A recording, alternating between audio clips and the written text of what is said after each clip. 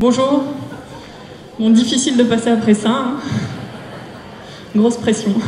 Donc je m'appelle Sophie Guillonnet, je suis praticien hospitalier, je travaille au centre hospitalier de Mayotte depuis 6 ans. Je suis venue et je remercie vraiment les organisateurs parce que c'est la première fois que j'interviens à ce congrès. Mon équipe mobile, elle est très récente. Et puis ça me fait vraiment du bien parce qu'on se sent un peu isolé là-bas, je pense, mes collègues et moi. Donc ça m'a fait beaucoup de bien ces 2 jours. Pour vous parler de cette équipe mobile, il me semblait important de ne pas trop rater l'explication minimale du contexte. Et entre autres, je vous ai mis quelques photos qui ne sont pas des photos du lagon, mais qui sont des photos peut-être un peu plus en lien avec mon exposé, et qui ont la particularité d'avoir été prises par mon cadre de santé qui s'appelle Michel Fauré, et qui est un photographe assez connu à Mayotte. Qui a sorti un bouquin, voilà, vous pouvez aller voir. Il a de très belles photos et donc il y en a quelques-unes qui sont là. Alors, par contre, je ne vais pas y arriver. Ah, mais si, c'est bon, excusez-moi. J'ai cru que c'était pas en écran plein. Voilà, donc désolée, je suis à Marseille, j'espère que je ne vous fais pas un trop gros affront sur cette petite carte, mais l'expérience m'a montré que tout le monde ne situe pas forcément très bien Mayotte. Donc voilà, c'est voilà, dans le canal du Mozambique, pas loin de Madagascar, de la Tanzanie, du Mozambique, de l'Afrique du Sud, et dans l'archipel, appartient à l'archipel des Comores. C'est 256 000 habitants, une population qui a une religion musulmane et des croyances animistes. Et c'est aussi le 101e département français. Autant vous dire que cette intégration française qui est fortement plébiscitée par les Mahorais est aussi objet de certaine ambivalence, parce que entre la culture occidentale française et la culture comorienne, il y a quand même un énorme fossé. Donc ça génère beaucoup de bouleversements sociétaux, qui sont un peu notre cadre de travail quotidien aussi, cet état de bouleversement. Petite photo pour illustrer ce que je viens de dire. C'est aussi pour ça que je parle de Mayotte, un département français au rythme comoréen. La plupart des gens qui viennent nous voir, malgré le fait qu'ils savent tout ça concernant le contexte, ils sont toujours très très surpris de là où ils arrivent. Voilà, ça, pour le moment ça ne ressemble pas encore beaucoup à la France. Peut-être ça ne ressemblera jamais. La psychiatrie à Mayotte, c'est une histoire assez récente. 2001, il y a un médecin qui s'appelle Régis Hérault qui est venu et qui a commencé à faire un peu le tour des villages, à mettre un peu d'aldol, à sortir les gens de leur enfermement, parfois ils étaient attachés. Voilà, il a créé assez rapidement un petit CMP qui était à l'époque dans le centre-ville. Entre-temps, il a brûlé et maintenant, il est au sein de l'hôpital. Donc, j'ai pas de pointeur, mais en gros, le gros point rouge, c'est là où il y a notre CMP, notre base psychiatrique qui est assez petite, hein, en somme. Donc, 5 lits d'hospitalisation en 2009 et maintenant 12 lits pour les 256 000 habitants. Il n'y a pas du tout de secteur privé, pas de psychiatre installé en libéral, pas de clinique. Une équipe de crise qui a été montée en 2016, fin 2016. Et puis voilà, tous les ans, quelque chose se passe, parce que comme il n'y a pas grand-chose, mais finalement, il faut quand même créer des petites choses. Donc cette année, enfin l'année dernière, un CATTP, puis là, récemment un petit CMP qui s'est ouvert dans le sud de l'île. Juste pour vous dire, on appelle ça CMP, mais ça n'a rien à voir avec la sectorisation telle qu'on l'entend en métropole. Hein. C'est vraiment des zones géographiques qui ont un sens pour la population en termes de déplacement, par rapport aussi au découpage des soins somatiques.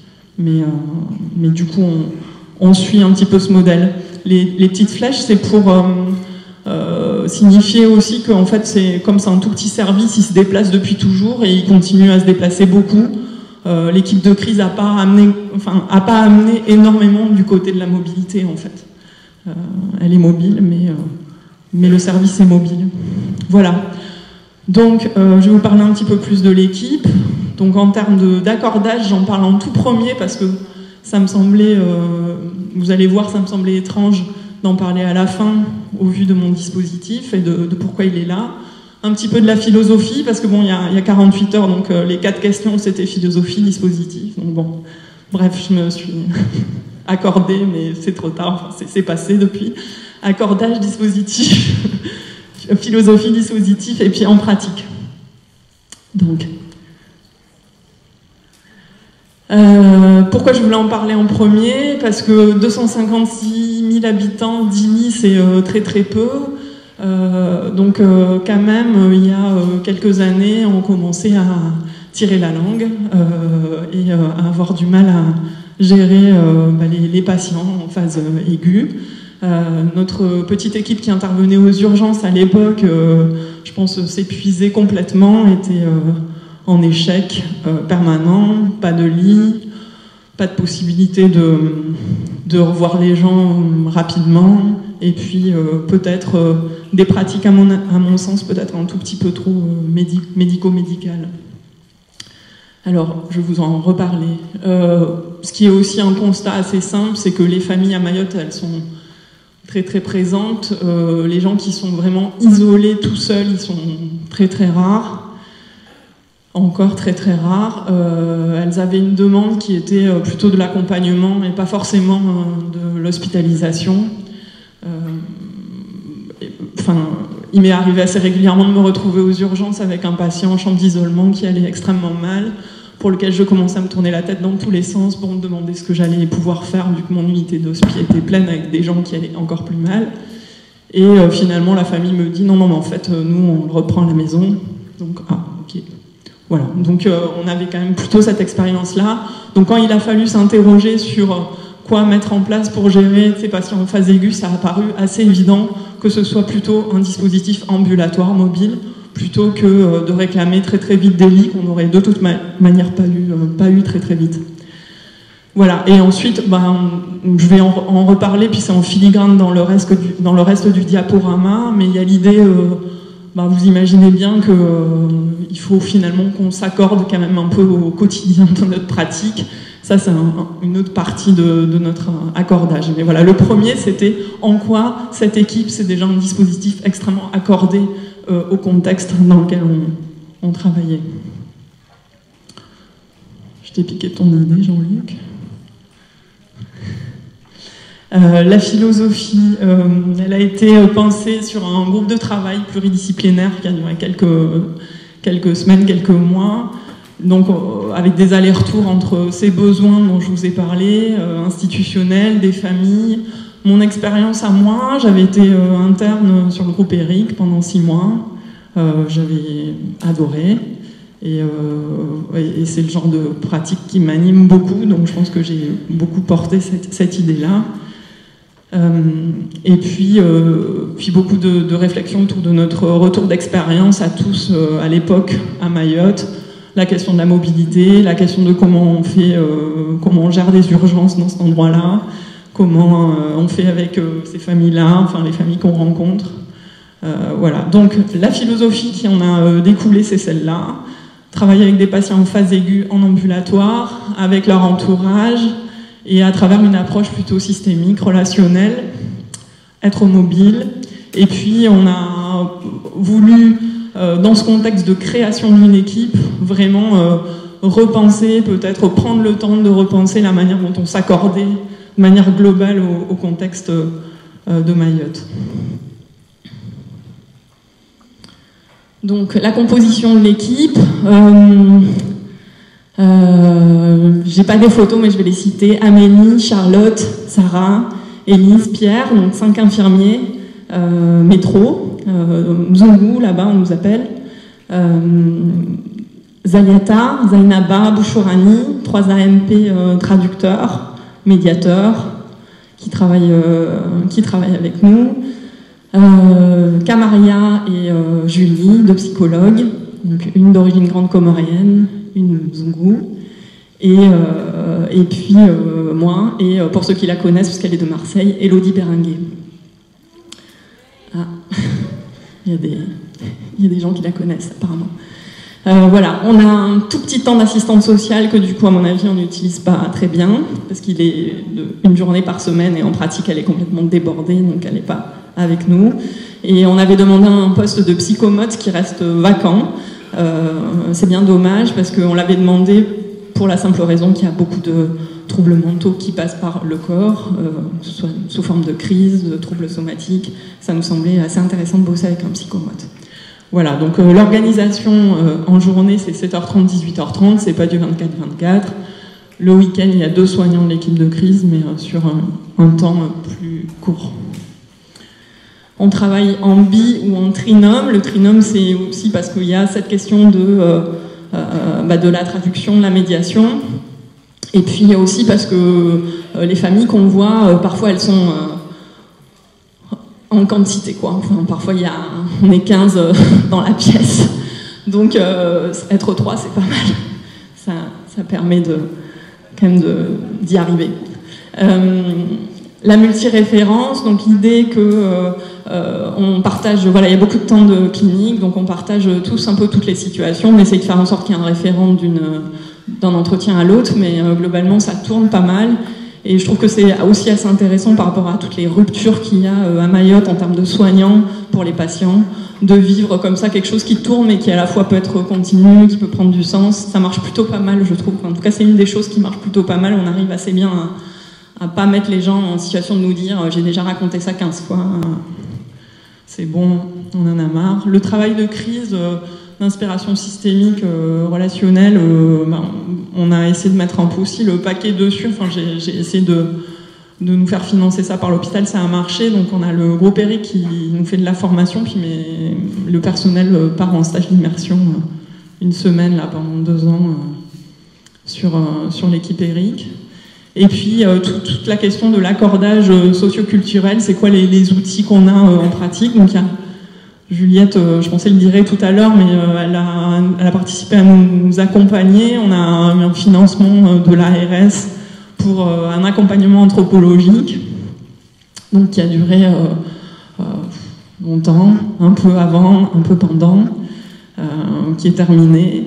Notre travail quotidien avec les AMP, ça pourrait être l'objet d'un topo, donc s'il y a des questions, on en reparlera, mais je préfère pas m'étendre, je vais être intarissable, mais c'est vraiment très très riche, et à la fois ils ont des places extrêmement compliquées à tenir.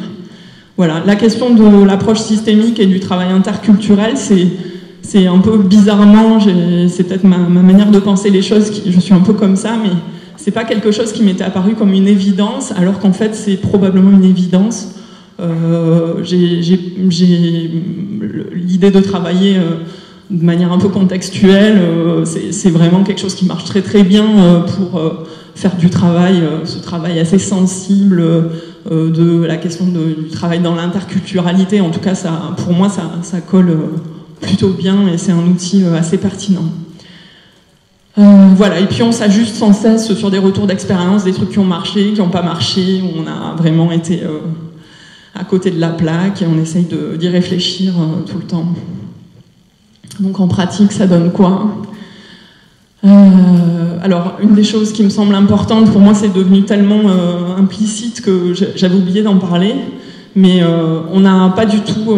la question de la place de la psychiatrie à Mayotte, elle est quand même avec un point d'interrogation encore. C'est-à-dire qu'on n'a pas du tout une place évidente pour les familles qui ont des hypothèses étiologiques, qui ont des circuits de soins qui vont avec, et donc qui arrivent à nous, en général, pas du tout en première intention. C'est assez intéressant de travailler avec ça, et en général, on comprend assez vite si on est là, si... Parfois, les patients passent une nuit aux urgences, on arrive et les familles nous disent « Non, mais c'est bon, on n'a pas besoin de vous, il a eu un peu de traitement en arrivant, là il est plus calme, on le reprend, on va faire autre chose. » En général, on essaye de dire que s'ils n'y arrivent pas, on est là, on donne nos coordonnées. En cadre de soins principal, parfois ils arrivent quand même en nous disant que c'est une maladie de l'hôpital, donc là on est beaucoup plus mandaté. Et puis la question de l'hospitalisation, c'est vraiment quand les familles sont épuisées qu'elles nous le demandent. La pointe, c'est aussi des situations un peu particulières où les gens vont oser nous dire, et je trouve ça bien parce que ils osent pas toujours, nous dire ouais, on aimerait bien que vous lui donniez un petit traitement, on compte pas trop sur vous, on va faire nos soins, mais quand même, ça serait bien qu'il soit plus calme pour qu'on arrive à les faire. Donc voilà, on s'engage quand même avec la temporalité qui qui leur va, et on est là en parallèle, on essaye d'être disponible, et en tout cas de partager en fonction de... Voilà, on leur dit qu'en tout cas, c'est pas un problème pour nous de partager la question des soins, et qu'on peut être là même s'il se passe d'autres choses par ailleurs. C'est important de questionner ce parcours parce que les gens n'en parlent pas forcément spontanément, et finalement le questionner, ça permet de combler comme ça une espèce souvent de vide entre nous et eux. On sait tous là où on en est, la place qu'eux ils nous donnent, la place que nous on a. Je trouve que c'est en fait pour l'Alliance, c'est quelque chose d'assez intéressant de les questionner. On questionne pas du tout, voilà, on ne fait pas de questions ontologiques, genre est-ce que ça existe pas, on n'est pas du tout là-dedans, mais là où ils en sont, comment est-ce qu'ils ont fait des choses, est-ce qu'ils pensent en faire, est-ce que nos soins sont parallèles à d'autres soins. Voilà, en pratique, le changement de paradigme, c'est-à-dire le fait de se détacher un peu des déficits et incapacités du patient, ça marche très très bien. On a des patients extrêmement symptomatiques, et c'est vrai que cette question-là, de se changer complètement d'angle de vue, ça nous permet de les maintenir à l'extérieur parfois, parce que finalement ils sont contents de venir, c'est un endroit où il se passe autre chose pour eux, où ils vivent vraiment une autre expérience. Les familles sont plutôt participatives, on trouve que ça marche plutôt bien, et que finalement elles sont probablement la manière dont notre équipe, vous allez voir, elle a quand même du mal à être réellement mobile physiquement, mais elle a au moins ça d'être disponible, flexible, et vu l'offre de soins qu'il y a à Mayotte, finalement elle amène quand même plus de propositions, de flexibilité, et donc ça c'est déjà énorme pour les familles. Et ce que je trouve très intéressant, c'est qu'on sait que les familles sont très très impliquées dans les soins traditionnels. Les hypothèses pour les soins, les diagnostics entre guillemets, ils sont faits par des fundis, mais c'est les familles qui mettent en œuvre les soins. On sait qu'elles peuvent être très très très mobilisées dans les soins, et moi j'avais l'impression qu'on n'arrivait pas, que je me demandais si c'était possible qu'on les fasse plus participer à nos soins dans notre circuit un peu occidental. Et je trouve que ça marche bien, mais parce qu'on prend du temps, parce qu'on essaye de le faire un peu différemment de la manière dont on le faisait avant. 1 minute. Ouais, c'est bon, ça va. Oui, mais Philippe doit s'en aller. C'est bon.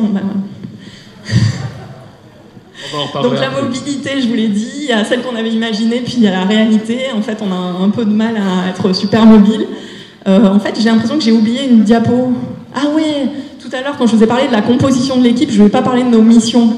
Et en fait, vous avez peut-être pas vu, mais nos missions, en fait, c'est pas du tout juste de gérer la crise en ambulatoire, mais c'est de faire l'évaluation aux urgences de l'hôpital. Donc en fait, on voit les patients qui arrivent aux urgences générales.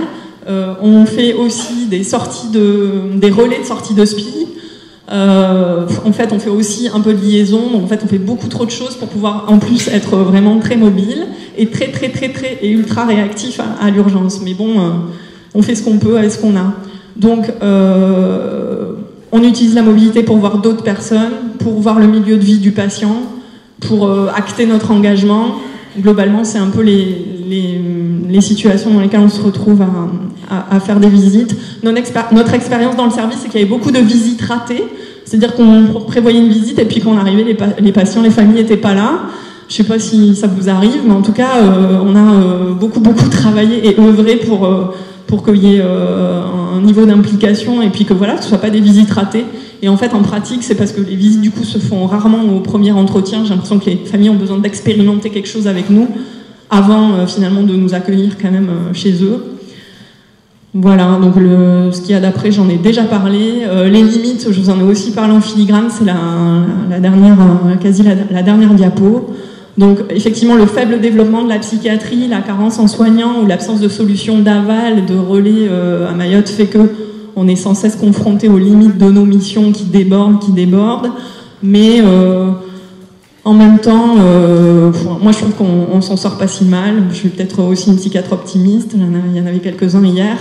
On a une mobilité qui est un peu limitée, et le gros problème à mon sens de Mayotte, c'est le turnover soignant, qui fait que quand même on peut craindre, et c'est un peu dommage, mais c'est comme ça, c'est la vie, que la philosophie de l'équipe, elle se perde à un moment donné où il y aurait une grosse vague de départ et où ça tournerait plus. Voilà. Merci. Merci.